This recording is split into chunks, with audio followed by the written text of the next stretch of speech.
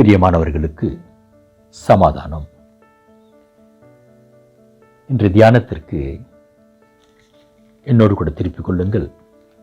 ரோமருக்கு எழுதிய நிருபம் 10ஆம் அதிகாரம் வசனம் 16-17. கர்த்தாவே, எங்கள் மூலமாய் கேள்விப்பட்டதை விசுவாசித்தவன் யார் என்று சொல்லுகிறான். ஆதலால் விசுவாசம் கேள்வியினாலே வரும், கேள்வி தேவனுடைய வசனத்தினாலே வரும். கர்த்தருடைய பரிசுத்த நாமத்திற்கு மகிமை உண்டாவதாக. வாசித்த இந்த வசனத்தினுடைய ஆதாரத்தில் ஒரு நபருக்குள்ளாக வசனத்தின் மூலமாகவே விசுவாசம் என்கிற ஒன்று பிறக்கிறது என்பதை நாம் உணர்ந்து கொள்ளலாம், அறிந்து கொள்ளலாம். கேள்வி தேவனுடைய வசனத்தினாலே வரும். தேவனுடைய வசனத்தை கேட்பதினால் ஒரு நபருக்குள்ளாக விசுவாசம் என்கிற ஒன்று பிறக்கிறது. அப்படி பிறந்த விசுவாசம் தொடர்ந்து பெருக வேண்டும், ஸ்திரப்பட வேண்டும், உறுதிப்பட வேண்டும். இன்னும் சொல்ல போனால் நம்ம யூதாவின் புஸ்தகத்தில் சொல்வது போல, உங்கள் மகா பரிசுத்தமான விசுவாசத்தின் மேல் உங்களை உறுதிப்படுத்தி கொண்டு. இப்போ நம்முடைய விசுவாசம் மகா பரிசுத்தமாகவும் இருக்க வேண்டுமா? இவைகள்தான் ரட்சிப்புக்கேற்ற விசுவாசம்.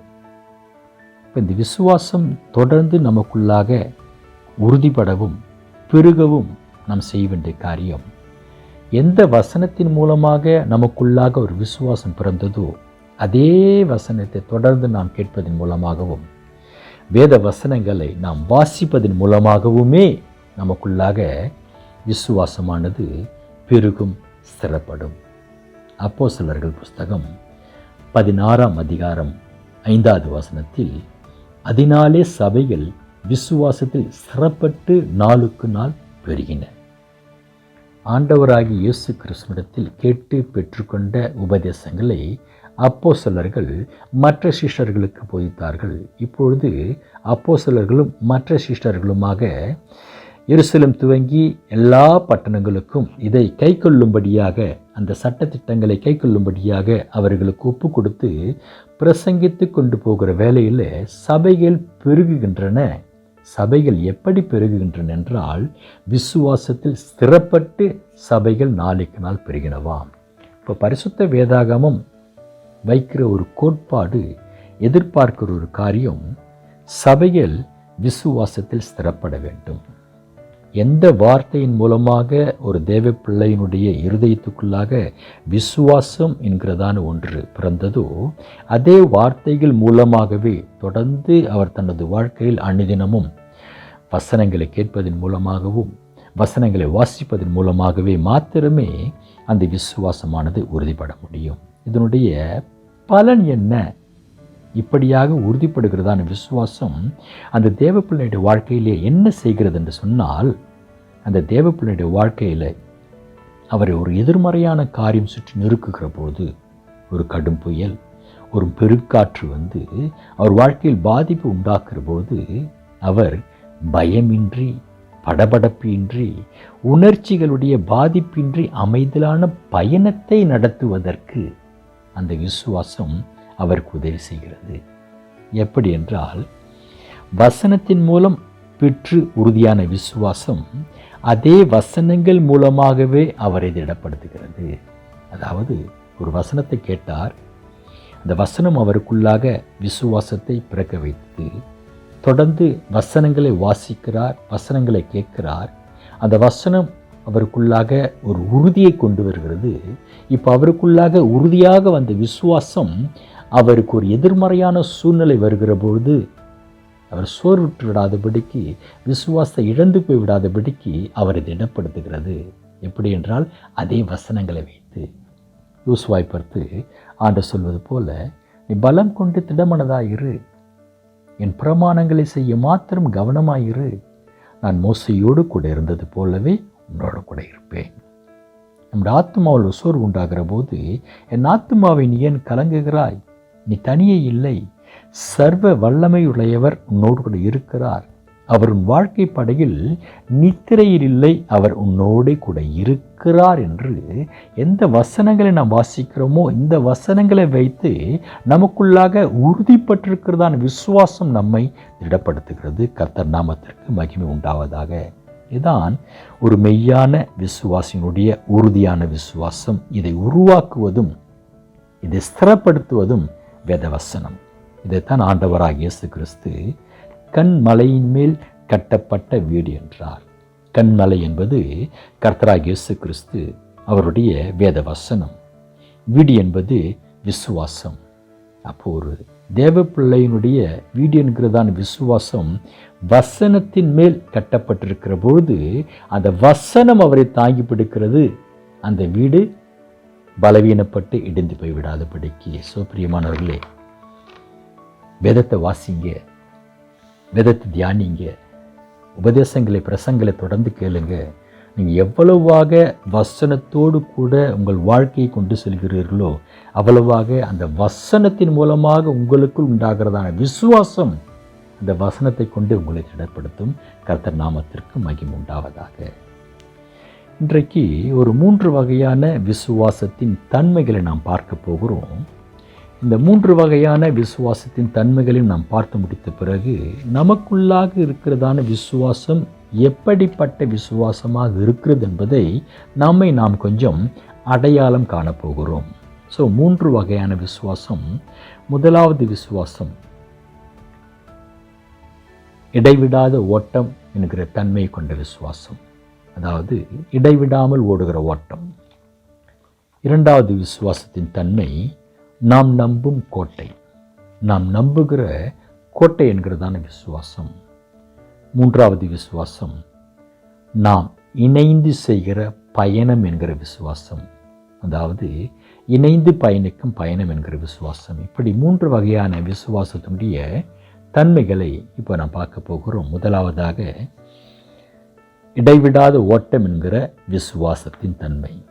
இந்த இடைவிடாத ஓட்டம் என்கிற பொழுது நாம் விரும்புகிற பொழுதோ அல்லது நமக்கு முடியும் என்கிறதான சூழ்நிலை உருவாகிற பொழுதோ கலந்து கொள்கிற ஓட்டம் அல்ல இந்த விசுவாச ஓட்டம்.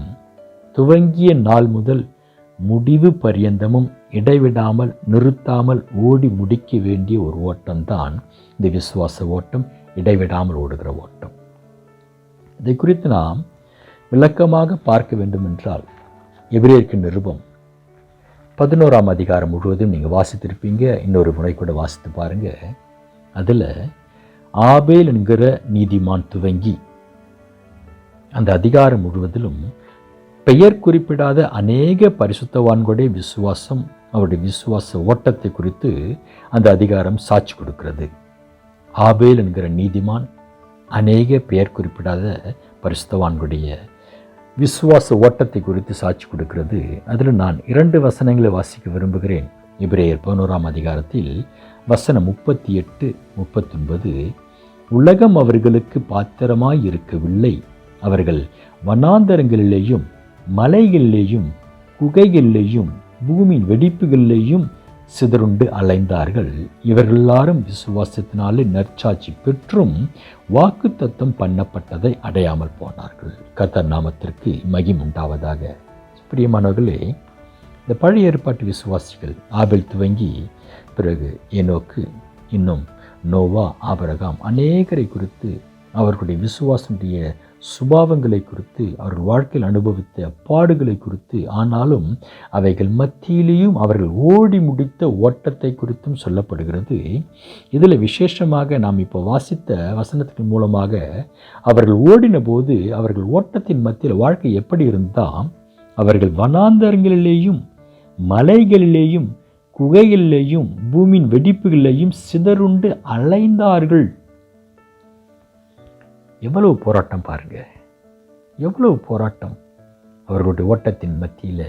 ஆனாலும் ஓட வேண்டிய பாதை விட்டு விலகவில்லை. கடைசி வரையிலும் முடிவு பரியந்தமும் அவர்கள் ஓடி முடித்தார்கள். கர்த்தருடைய நாமத்திற்கு மகிமை உண்டாவதாக. புதிய ஏற்பாட்டு பரிசுத்தவான்களிலும் அநேகர் உண்டு. அதில் 2 பேரை விசேஷமாக நான் வாசிக்க விரும்புகிறேன். அப்போஸ்தலராகிய பவுல், அவர் எழுதுகிறார், பசி, பஞ்சம், பட்டினி, நாசம், மோசம், நிர்வாணம் இவையும் சொல்லிட்டு இவைகளுக்கு மத்தியில் இவைகளிலிருந்து கிறிஸ்துவின் அன்பிலிருந்து என்னை யாரால் பிரிக்கக்கூடும் என்று எழுதுகிறார். எப்படி பழைய ஏற்பாட்டு பரிசுத்தவான்கள் மலைகள், குகைகள், பூமியின் வெடிப்புகளுக்கு மத்தியிலும் அவ்வளவு போராட்டங்களுக்கு மத்தியிலும் துவங்கி ஓட்டத்தை ஓடி முடித்தார்களோ, அதே போல பவுல் எழுதுகிறார், பசி, பஞ்சம், பட்டினி, நாசம், மோசம், நிர்வாணம், ஆனாலும் கிறிஸ்துவின் அன்பை விட்டு என்னை பிரிப்பவன் யார்? இவரும் கூட தொடங்கினார் ஓட்டத்தை.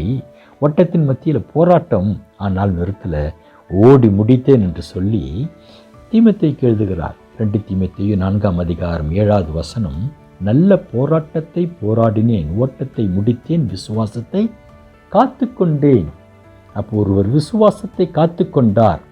வசனத்தின் மூலமாக அவருக்குள் பிறந்த விசுவாசம் அது சிறப்பட்டு, அது உறுதிப்பட்டு காக்கப்படுவது எப்போ என்றால் ஓட்டத்தை ஓடி முடிக்கிற போது தான் காக்கப்படுகிறது. பவுல் எழுதுகிறார், ஓட்டத்தை முடித்தேன், கர்த்தர் நாமத்திற்கு மகிமை உண்டாவதாக. இதில் ஒரு அழகாக நாம் நேசிக்க வேண்டிய ஒரு வசனம் இருக்கிறது, நல்ல போராட்டத்தை போராடினேன். பிரியமானவர்களே, கர்த்தராக இயேசு கிறிஸ்துவை சொந்த இரட்சகராக ஒரு ஏற்றுக்கொள்கிறார் என்றால் அவர் வாழ்க்கையில் எதிர்பார்ப்பது என்ன?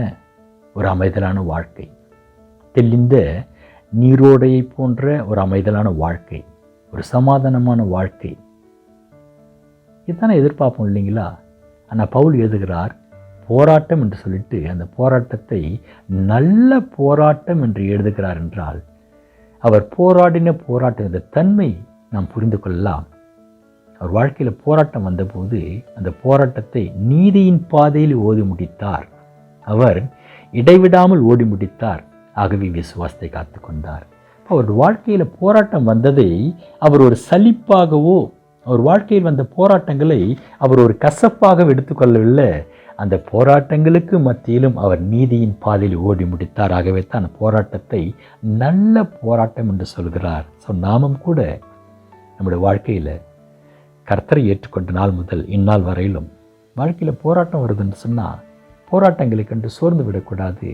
போராட்டங்கள்னால் ஓடுகிற ஓட்டத்தினுடைய அந்த ஓட்டத்தின் திசையை மாற்றிவிடக்கூடாது. நீதியின் பாதையில் ஓடுகிற போது எப்படிப்பட்ட போராட்டம் வந்தாலும் நமக்கும் கூட அது நல்ல போராட்டமாகவே நமது ஆவியானவர் மூலமாக அருளப்படும். கர்த்தர் நாமத்திற்கு மகிமை உண்டாவதாக. இன்னொரு மனிதர் புதிய ஏற்பாட்டில் நம்ம பேதுருவை எடுத்துக்கொள்வோம். பேதுரு எழுதின 2ஆம் நிருபத்தில் 1ஆம் அதிகாரம் வசனம் 13, 14. 2 பேதுரு 1ஆம் அதிகாரம் வசனம் 13, 14 நம்முடைய கர்த்தராகி இயேசு கிறிஸ்து எனக்கு அறிவித்தபடி நான் என் கூடாரத்தை விட்டு போவது சீக்கிரத்தில் நேரிடும் என்று அறிந்து. இப்போ அவரது மரணம் சமீபத்திருக்கிறது. அதைத்தான் அவர் இப்படியாக எழுதுகிறார், நான் என் கூடாரத்தை விட்டு போவது சீக்கிரத்தில் நேரிடும் என்று அறிந்து. அவரது மரணம் சம்பவிக்க போகிறது, நெருங்கிவிட்டது என்று அறிந்து அவர் சோர்வடையவில்லை. ஓட்டத்தை அவர் நிறுத்திவிடவில்லை. ஐயோ, நான் இத்தனை காலம் அவருக்காக ஓடினேனே, அதனுடைய பலன் என்ன, என்ன பிரயோஜனம்? இப்படிப்பட்ட ஒரு சலிப்பு சோர்வு அவருக்கு உண்டாகலை. தொடர்ந்து என்ன செய்கிறார் பாருங்க, 14ஆம் வசனம், இந்த கூடாரத்தில் நான் இருக்கும் அளவும் உங்களை நினைப்பூட்டி எழுப்பிடுவது நியாயம் என்று எண்ணுகிறேன். அப்போ அவர் ஓட்டத்தினுடைய முடிவு எங்க? எனக்கு என்னுடைய முடிவு காலம் நெருங்கிவிட்டது, சம்பவித்து விட்டது. ஆனாலும் நான் முடிவு பரியந்தமும் ஓட வேண்டிய பாதையிலே ஓடுவதையே விரும்புகிறேன் சொல்லி எனக்கு கொடுக்கப்பட்ட பொறுப்பை நான் சரியாக செய்ய வேண்டும் என்று ஓடிக்கொண்டிருக்கேன் என்று சொல்கிறார். கர்த்தர் நாமத்திற்கு மகிமை உண்டாவதாக. பிரியமானவர்களே, நம்முடைய விசுவாசம் என்பது ஒரு ஓட்டம்.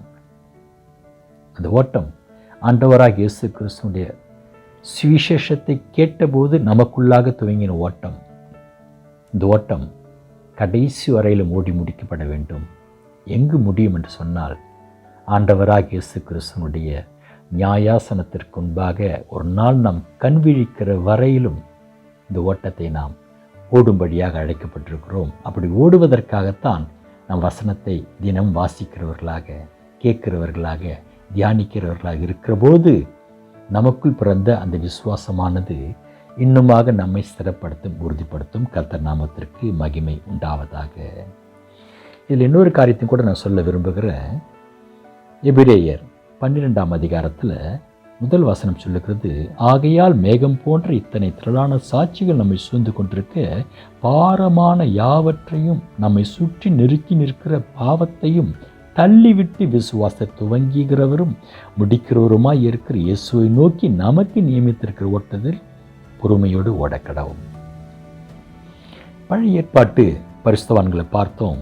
அவர்களுக்கு சொல்லப்பட்ட ஒரு வார்த்தை, வாக்குத்தத்தம் பண்ணப்பட்டதை அடையாமல் போனார்களாம். 11ஆம் வசனத்தினுடைய கடைசி வசனம் சொல்லுகிற 40ஆம் வசனம், அவர்கள் நம்மை இல்லாமல் பூர்ணராகாதபடிக்கு விசேஷித்த நன்மையானதொன்றை தேவன் நமக்கென்று முன்னதாக நியமித்தார். இப்போ பழைய ஏற்பாட்டு பரிசுத்தவான்களை விட நமக்கு விசுவாசத்தை சிறப்படுத்துவதற்கு ஒரு ப்ளஸ் பாயிண்டை தேவன் அருள் செய்திருக்கிறார். அது என்னவென்றால், நாம் நோக்கி பார்த்து ஓடும்படியாக நமக்காக இயேசு கிறிஸ்து அருளப்பட்டிருக்கிறார். இது பழைய ஏற்பாட்டு பரிசுத்தவான்களுக்கு அருளப்படவில்லை. அதைத்தான் 12ஆம் அதிகாரத்தில் முதல் வசனம் சொல்லுகிறது, விசுவாசத்தை துவங்குகிறவரும் முடிக்கிறவருமாய் இருக்கிற இயேசுவை நோக்கி நமக்கு நியமித்திருக்கிற ஓட்டத்தில் எப்படிப்பட்ட போராட்டம் வந்தாலும், எப்படிப்பட்ட வனாந்தரம் வந்தாலும், எப்படிப்பட்ட மலை குகைகள் மலை வெடிப்புகள் வந்தாலும் பொறுமையோடு ஓடக்கடவும். கர்த்தர் நாமத்திற்கு மகிமை உண்டாவதாக. இரண்டாவதாக சொல்லப்பட்ட விசுவாசத்தின் தன்மை, விசுவாசம் என்பது நாம் நம்பும் கோட்டை. சங்கீதங்களின் புஸ்தகங்களில் அநேக இடங்களை வாசிக்கலாம். தாவீது சொல்லுவார், கர்த்தர் நான் என் நம்பிக்கையும் என் கோட்டையும் என் அரணான பட்டணமும், இப்படியாக நான் நம்புகிற கோட்டை என் அடைக்கலம் என்று சொல்லுவார். இப்போ நம்முடைய நெருக்கத்தில் நமக்கு ஒரு ஆபத்து நேரிடுகிற போது நாம் அவர் நோக்கி பார்க்கிறோம், அவரிடத்தில் மன்றாடுகிறோம், அவருக்குள்ளாக நாம் நம்மை அடைக்கலமாக ஒழித்து கொள்கிறோம். ஆனால் நமது விசுவாசமானது எப்படி இருக்க வேண்டுமா? நாம் நம்புகிற கோட்டை அவர்தான், அவரே நமக்கு அடைக்கலமாக இருக்க வேண்டும்.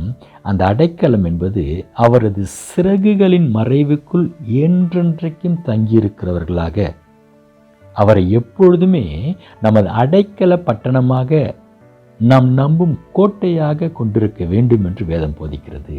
அது நமக்கு உபத்திரவம், அதாவது சிறகுகளுக்குள் இருக்கிறதான கோழி குஞ்சுகள் கொஞ்சம் வெளியே வந்தோடனையும் அதுங்களுடைய உயிருக்கு சத்துருக்களால் ஆபத்து வருகிற போது அது சிறகுகளுக்குள் ஓடி போயிடுது பாருங்க. அது மாதிரி இல்லாதபடிக்கு என்றென்றைக்குமே அந்த கோட்டை நமக்கு அடைக்கலமாக இருக்க வேண்டும் என்று வேதம் சொல்லுகிறது. இதை அடைக்கல பட்டணம் என்றும் வேதம் சொல்லுகிறது. பாருங்க, இந்த அடைக்கல பட்டணத்துடைய தன்மையை நீங்கள் புரிந்து கொள்ள வேண்டும் என்றால், என்னாகமம் புஸ்தகம் 35ஆம் அதிகாரம் முழுவதையும் வாசித்து பாருங்க. லேவியருக்கு கொடுக்கப்பட்ட பட்டணங்களில் 6 பட்டணங்களை அவர்கள் ஒதுக்க வேண்டும். அதற்கு அடைக்கல பட்டணம் என்று பெயர். இது தேவனால் கொடுக்கப்பட்ட ஒரு பிரமாணம். இந்த அடைக்கல பட்டணத்துடைய அவசியம் என்னவென்றால், ஒருவன் கைப்பிசகாக இன்னொருவனை கொலை செய்துவிட்டால் அவன் கொலையின் நிமித்தம் அவனுடைய ஜீவன் தண்டிக்கப்படாமல் இருப்பதற்காக, அவனுடைய ஜீவன் எடுத்துக்கொள்ளப்படாமல் இருப்பதற்காக அவன் 6 அடைக்கல பட்டணங்களுக்குள் ஏதாவது ஒரு பட்டணத்தில் ஓடி ஒளிந்து கொண்டால், அவன் அந்த பட்டணத்திற்குள் ஒளிந்திருக்கிற காலம் வரையிலும் அவனை யாரும் கொலை செய்யக்கூடாது. அப்படி கொலை செய்தால் கொலை செய்பவர்கள் மேல் இரத்த பழி உண்டாகும். எப்போ அவன் அந்த பட்டணத்தை விட்டு வெளியில் வரலாம் என்று சொன்னால், அந்நாட்டில் இருக்கிறதான பிரதான ஆசாரியன் மரித்த பிறகு அந்த பட்டணத்தை விட்டு அவன் வெளியில் வரலாம். இதற்கிடையில் அவன் வெளியில் வருவான் என்று சொன்னால் அவனுடைய ஜீவனுக்கு தேவனுடைய வாக்கு தத்தமானது உத்தரவாதம் இல்லை.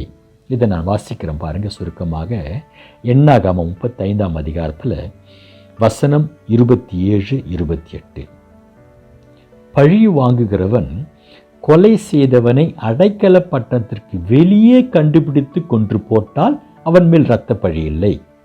கொலை செய்தவன் பிரதான ஆசாரியன் மரணமடைய மட்டும் அடைக்கல பட்டணத்தில் தங்கியிருக்க வேண்டும். பிரதான ஆசாரியன் மரணமடைந்த பின்பு தன் சுதந்திரமான காணியாட்சிக்கு திரும்பி போகலாம். ஸோ இங்கே தெளிவாக கொடுக்கப்படுகிற ஒரு பிரமாணம், ஒரு கொலை செய்துட்டான், அவன் ஓடி போய் ஒரு அடைக்கல பட்டணத்துக்குள் பிரவேசித்துட்டான்னு சொன்னால் அவனுக்கு உத்தரவாதம், அவன் ஜீவனுக்கு உத்தரவாதம் அந்த அடைக்கல பட்டணம். அந்த பட்டணத்தை விட்டு அவன் வெளியில் வருவான் சொன்னால் அவன் ஜீவனுக்கு உத்தரவாதம் இல்லை. ஸோ பிரியமானவர்களே, இந்த அடைக்கல பட்டணம் என்பது என்ன? நம்முடைய பாவங்களுக்காக, நம்முடைய பாவங்கள் மறைக்கப்படும்படிக்கு, நமது பாவங்கள் மன்னிக்கப்படும்படிக்கு நமக்காக கல்வாரி சிலுவையிலே தம்மை ஜீவனை தந்தார் பாருங்க. ஆண்டவராகிய இயேசு கிறிஸ்து என்கிற நாமம், இந்த நாமம்தான் நமக்கு அடைக்கல பட்டணம்.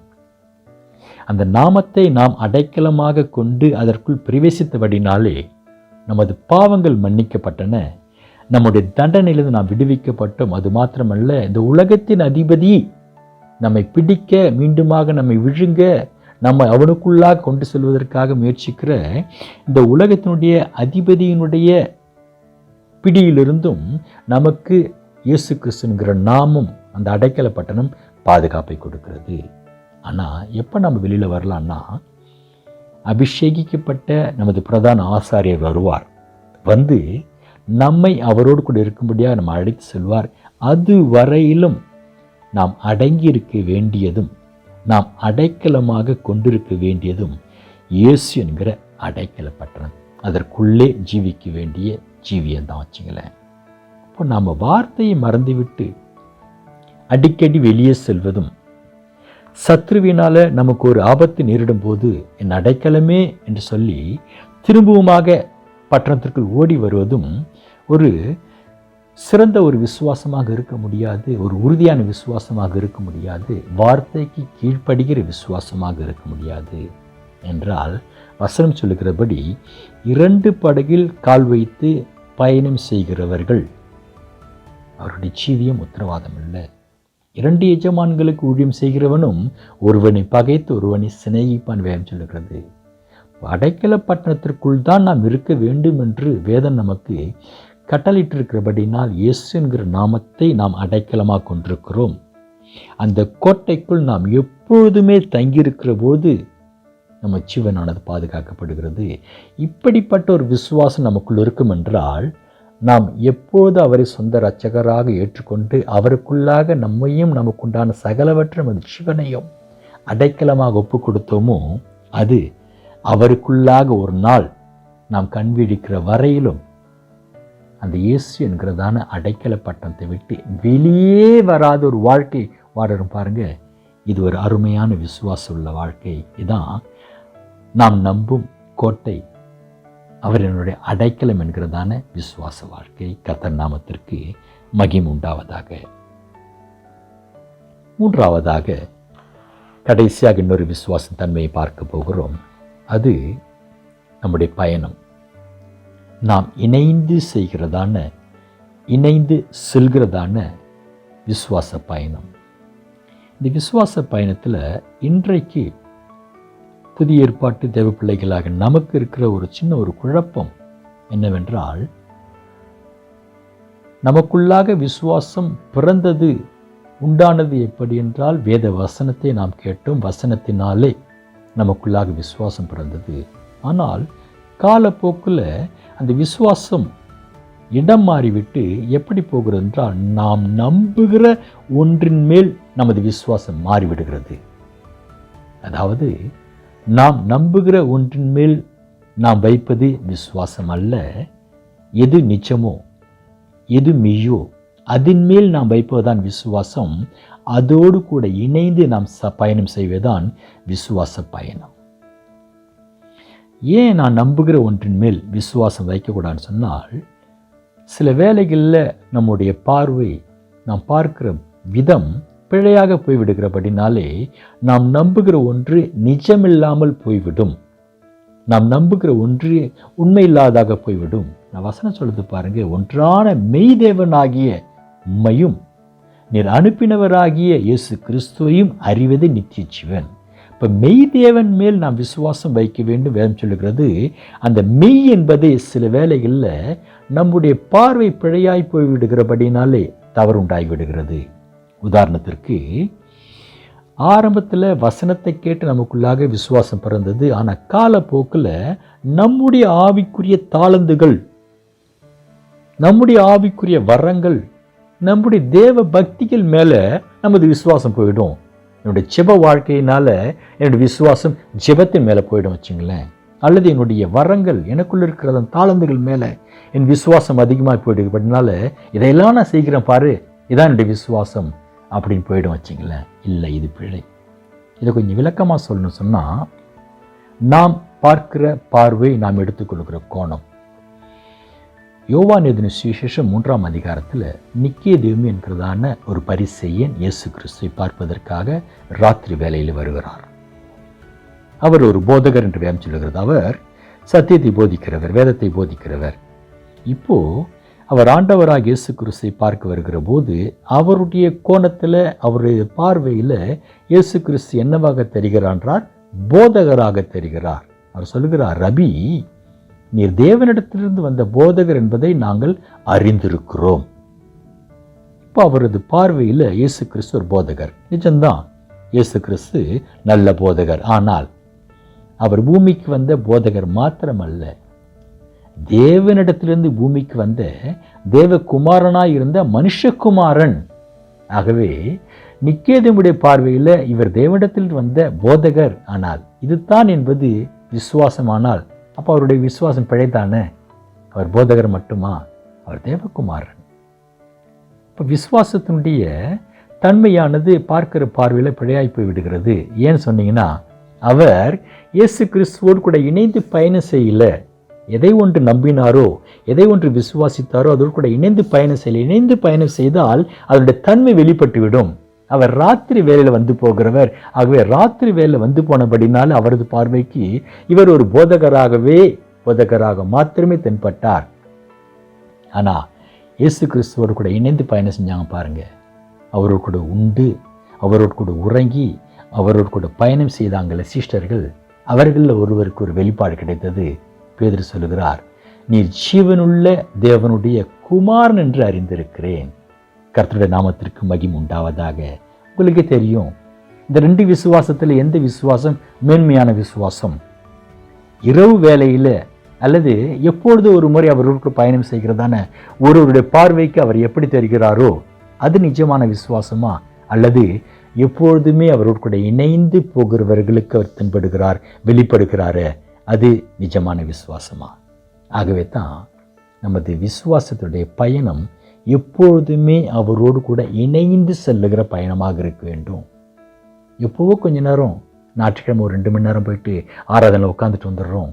அதன் பிறகு அவர் குறித்து யோசனை இல்லை, சிந்தனை இல்லைன்னு சொன்னால் நம்முடைய விசுவாசத்தினுடைய நோக்கம், நம்முடைய விசுவாசத்தினுடைய பார்வை தன்மையானது பிழையாய் போய்விடும். பிரியமானவர்களே, அப்படி பிழையாய் போகிற வேலையில் நம்முடைய வாழ்க்கை பயணத்தில் எப்பொழுதுமே அவர் நம் கூட இல்லை என்று சொன்னால், அல்லது நாம் நம்முடைய வாழ்க்கை பயணத்தில் எப்பொழுதும் அவர்கள் கூட இணைந்து பயணம் செய்யவில்லை என்று சொன்னால், நமது விசுவாச பயணம் என்ன ஆகிடும் சொன்னால், நமக்கு அற்ப விசுவாசிகள் என்கிறதான ஒரு பெயரை கொண்டு வந்து விடும். ஆண்டவராக இயேசு கிறிஸ்து அதான் சொன்னார் இல்லைங்களா, அற்ப விசுவாசிகளே. ஏன் அற்ப விசுவாசிகள் சொன்னார்? அவர்கள் அவரோடு கூட இணைந்து பயணம் செய்யல. அப்படி பயணம் போடாத போது பயணத்தில் எதிர்மறையான சூழ்நிலை வந்தது. எதிர்மறையான சூழ்நிலை வருகிற போது ஐயரே நாங்கள் மடிந்து போகிறோமே, அதாவது தேவனே என் கூட இரும், ஆண்டவரே எங்களை காப்பாற்றும், ஆண்டவரே எங்களுக்கு உதவி செய்யும் அப்படி சொல்லி மன்றாடுகிறார்கள். நான் ஒரு கேள்வி கேட்பேன். ஒரு சிறு பிள்ளையானவர் எப்பொழுதுமே தன் தகப்பனுடைய கரத்தை பிடித்து நடக்கிற பிள்ளையாக இருக்கிற பொழுது, அந்த சிறு பிள்ளைக்கு எதிரில் ஏதோ ஒரு உபத்திரவம், ஒரு எதிர்மறையான காரியம் இருக்கிற போது அந்த சின்ன பிள்ளை அங்கே அப்பாவை பார்த்து அப்பா என் கூட இருப்பா, அப்பா என் கூட இருப்பான்னு சொல்லுவாங்களா? சொல்ல மாட்டாங்க. ஏன்னா தகப்பனார் எப்பொழுதுமே அவர் கூட தான் இருக்கிறார். அப்போ அவர் என்ன, என் தகப்பன் கூட இருக்கிறார், அதாவது நீ கலங்காதே, நீ திகையாதே, நானே உன் பரிகாரியாகி கர்த்தர், நான் மோசையோடு இருந்தது போல உன் கூடவே இருக்கிறேன், என் ஆத்துமாவே நீ ஏன் கலங்குகிறாய், நீ தனியே இல்லை, சர்வ வல்லமையுள்ள உன்னோடு கூட இருக்கிறார். இதான் மெய்யான விசுவாசத்தின் மூலமாக வருகிறதான ஒரு திட்டம் வச்சிங்களேன். இது எப்போ வரும் சொன்னால், எப்பொழுதுமே அவர் நம்மோடு கூட பயணம் செய்கிறார், நாம் எப்பொழுதுமே அவர் கூட இணைந்து பயணம் செய்கிறோம்னு சொன்னால், நமக்கு ஒரு உபத்திரம் வருகிற போது என் கூடவே இரும், இந்த விண்ணப்பத்தை ஏறெடுக்க மாட்டோம், அந்த பாடலையும் பாட மாட்டோம், ஏன்னா அவர் நம் கூடவே தானே இருக்கிறாரு. ஆகவே தான் வசனம் சொல்லுகிறது, அவரே விசுவாசத்தை துவங்குகிறவரும் முடிக்கிறவருமாய் இருக்கிறார். விசுவாசத்தை துவங்குகிற போது அவரோடு கூட நாம் பயணத்தை துவங்கினோம். இந்த பயணம் இடையில நமக்கு ஒரு பிரேக்கு விடக்கூடாது. இடையில நாம் எங்கே கொஞ்சம் தூரம் இறங்கி போய்விட்டு நமக்கு ஒரு உபத்திரம் வருகிற போது திரும்பி ஓடியாந்து என் கூட இரும் ஆண்டவரே அப்படின்னு கேட்கக்கூடாது. கடைசி வரையிலும் முடிவு பரியந்தம் அவர் கூட இணைந்து நடக்கிறோம்னா அப்போ நமக்கு ஒரு உறுதி இருக்கும். என்ன உறுதி இருக்கும்? உலகத்தின் முடிவு பரியந்தமும் சகல நாட்களிலும் உங்களோடு கூட நான் இருக்கிறேன். இந்த வசனம் நம் மூலமாக பேசும். இந்த வசனம் மூலமாக பேசுகிற போது நமக்குள்ளாக இருக்கிறதான அந்த விசுவாசமானது நம்மை உறுதிப்படுத்தும், ஸ்திரப்படுத்தும். கர்த்தர் நாமத்திற்கு மகிமை உண்டாவதாக. சுப்பிரியமானவர்களே, 3 வகையான விசுவாசத்தின் தன்மைகள் இன்றைக்கு தேவ பிள்ளைகளுக்குள்ளாக அவசியம் தேவை, சபைகளுக்கு தேவை. அது நாம் துவங்கின விசுவாச ஓட்டம், இடைவிடாமல் முடிவு பரியந்தமும் ஓடி முடிக்கிற ஓட்டமாக இருக்க வேண்டும். 2வதாக நாம் பற்றி கொண்ட நமது நம்பிக்கை, நமது கோட்டை, அவன் நம்ம ஜீவிய காலமெல்லாம் நமக்கு அடைக்கல பட்டணமாக இருக்க வேண்டும். 3வதாக நமது விசுவாச பயணம், அவரோடு கூட இணைந்து செய்கிற பயணம், ஜீவிய காலமெல்லாம் அவரோடு கூட இணைந்து செய்கிற பயணமாக இருக்க வேண்டும். இப்படியாக விசுவாசத்துடைய தன்மைகளை நமக்குள்ளாக நாம் வாய்த்து கொள்வோம் என்றால், இப்போது நம்ம கொஞ்சம் நம்மை ஆராய்ந்து பார்க்கலாம். நம்முடைய வாழ்க்கையில் இன்றைக்கு நாம் ஆண்டவரை விசுவாசிக்கிறோம், சபை கொடுக்கிறோம், துதிக்கிறோம், ஆராதிக்கிறோம், தொழுது கொள்கிறோம். நாம் எப்படிப்பட்ட விசுவாசத்தின் தன்மைகளை உடையவர்களாக நமது ஓட்டத்தையும் நமது அடைக்கல கோட்டையும் நமது வாழ்க்கை பயணத்தை கொண்டு சென்றிருக்கிறோம். அதாவது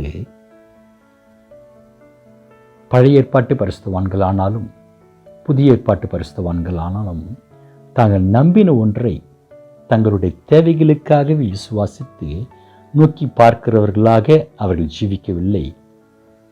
மெய்யான தேவனாகிய பிதாவோடும் அவரது குமாரனோடும் கூட ஜீவிய காலமெல்லாம் இணைந்து பயணம் செய்கிறவர்களாகவே அவர்கள் ஜீவிய காலத்தை வாழ்ந்து முடித்தார்கள். அதே மாதிரி அவர்கள் தங்களுடைய பிரச்சனைகள் போது மட்டும் அவரை அடைக்கலமாக தேடவில்லை. ஜீவிய காலமெல்லாம் அவரையே அடைக்கல பட்டணமாக, கோட்டையாக விசுவாசித்து வாழ்ந்து முடித்தார்கள். அவர்கள் தங்கள் ஓட்டத்தை ஏதோ ஞாயிற்றுக்கிழமை ஒரு நாள் ஓடுகிறோம், அல்லது விசேஷமான ஊழியக்காரர்கள் வருகிறார்கள், விசேஷமான ஆராதனைகள் நடக்கிறது, அப்பொழுது கொஞ்ச நாள் ஓடிட்டு திரும்பி வந்துடுவோம் அப்படின்னு ஓட்டத்தை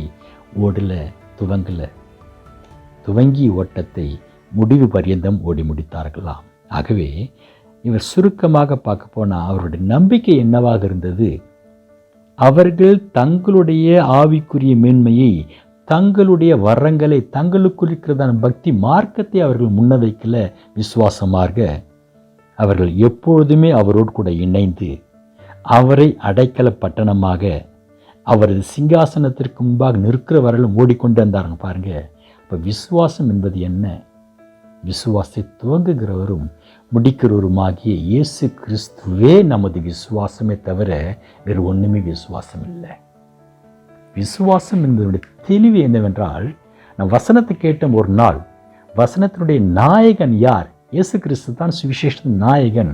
அப்போ அவர் மூலமாக நமக்குள்ளாக விசுவாசம் பிறந்தது. பாருங்க, இப்போ என்னுடைய விசுவாசம், உங்களுடைய விசுவாசம் என்பது யார் என்று சொன்னால் இயேசு கிறிஸ்து. அவர் தான் நம்முடைய விசுவாசமே தவிர வேறு ஒன்றுமே இல்லை. அவரோடு கூட ஓடுகிற ஓட்டம் இடைவிடாத ஓட்டமாக இருக்க வேண்டும். அவரை பற்றி கொண்டிருக்கிறதான அந்த அடைக்கல பட்டணம் இடைவிடாதாக இருக்க வேண்டும். அவரோடு கூட செய்கிறதான பயணமும் தடைப்படாத பயணமாக இருக்க வேண்டும். ஆனால் இன்றைக்கு பூமியில் அநேக விதமான வித்தியாசமான விசுவாசங்கள் உண்டு. அது நம்முடைய ஆண்டவராக இயேசு கிறிஸ்துவை ஆராதிக்கிற எவாஞ்சலிக் சபையிலும் உண்டு. சபைக்கு வெளியேயும் இயேசு கிறிஸ்துவை குறித்த வித்தியாசமான விசுவாசங்கள் உண்டு. இவைகளுக்குள்ளாக நாம் எப்படிப்பட்ட விசுவாச உடையவராக இருக்க வேண்டும் என்றால், சிலர் எப்படி அவரை விசுவாசிக்கிறாங்க? தச்சனாக. அதாவது இயேசு கிறிஸ்துவை ஏற்றுக்கொள்ளாதவர்கள் எப்படி பார்க்குறான்னா, அவர் மரியாளுக்கும் யோசேப்புக்கும் பிறந்த தச்சன். நம்ம இந்தியாவில் ஒரு சில கேலண்டர்களை பார்க்கலாம். புத்தன், இயேசு, காந்தி 3 பேர் படத்தை போட்டிருப்பாங்க. ஆண்டவராக இயேசு கிறிஸ்துவை அவர்கள் யாரோடு கூட ஒப்பிடுகிறான்னா, புத்தர் காந்தி இவர்களுக்கு மத்தியில் இயேசு வச்சு பார்க்குறாங்க. பூமியில் பிறந்த ஒரு சாதாரண மனிதனாக, ஒரு தச்சனாக. வேறு ஒரு சிலர் அவரை அப்பம் கொடுக்கிறவராக, மீன் கொடுக்கிறவராக. சரி, இவர் பின்னால் வந்தால் நமக்கு ஒரு ஆசீர்வாதம் கிடைக்கும், நம்முடைய தேவைகளை இவர் நிறைவாக பூர்த்தி செய்வார். இப்படியாக ஒரு சிலர் அவரை அப்பம் கொடுக்கிறவராக, ஆசீர்வதிக்கிறவராக பார்க்குறாங்க. இன்னும் ஒரு சிலர், அதாவது ஆண்டவராக இயேசு கிறிஸ்துவை தேவனுடைய குமாரனாக ஏற்றுக்கொள்ள மாட்டாங்க. அவரை தீர்க்கதரிசியாக, அவரை ஒரு தீர்க்கதரிசியாக எலியாவை போலவோ அல்லது யோவானை போலவோ தீர்க்கதரிசியாக விசுவாசிக்கிறாங்க. இன்னும் ஒரு சிலர் அவரை நல்ல போதகராக, அவருடைய போதனைலாம் அருமையான போதனை, இப்படி அவரை ஒரு நல்ல போதகராக பார்க்குறாங்க. இன்னும் அநேகர் அவரை பாவியாக பார்க்குறாங்க. எருசலேம் நகரத்தில் பார்த்தாங்க இல்லைங்களா, இவன் தேவ தூஷணம் சொல்லுகிறான், அவனை சிலுவையில் அறையும். அநேகருடைய விசுவாசம் இயேசு கிறிஸ்துவை பாவியாக பார்க்குறாங்க. ஆனால் நீங்களும் நானும் நாம் பார்க்க வேண்டிய விதம் ஒன்று இருக்கிறது. அது நமது பாவங்களை மன்னிப்பதற்காக நமக்காக கொடுக்கப்பட்ட இயேசு என்கிற நாமத்தை உடையவர். அவர் என்றென்றைக்கும் நம்மோடு கூட இருக்கும்படியாக கொடுக்கப்பட்ட இம்மானுவேல் என்கிறவர்.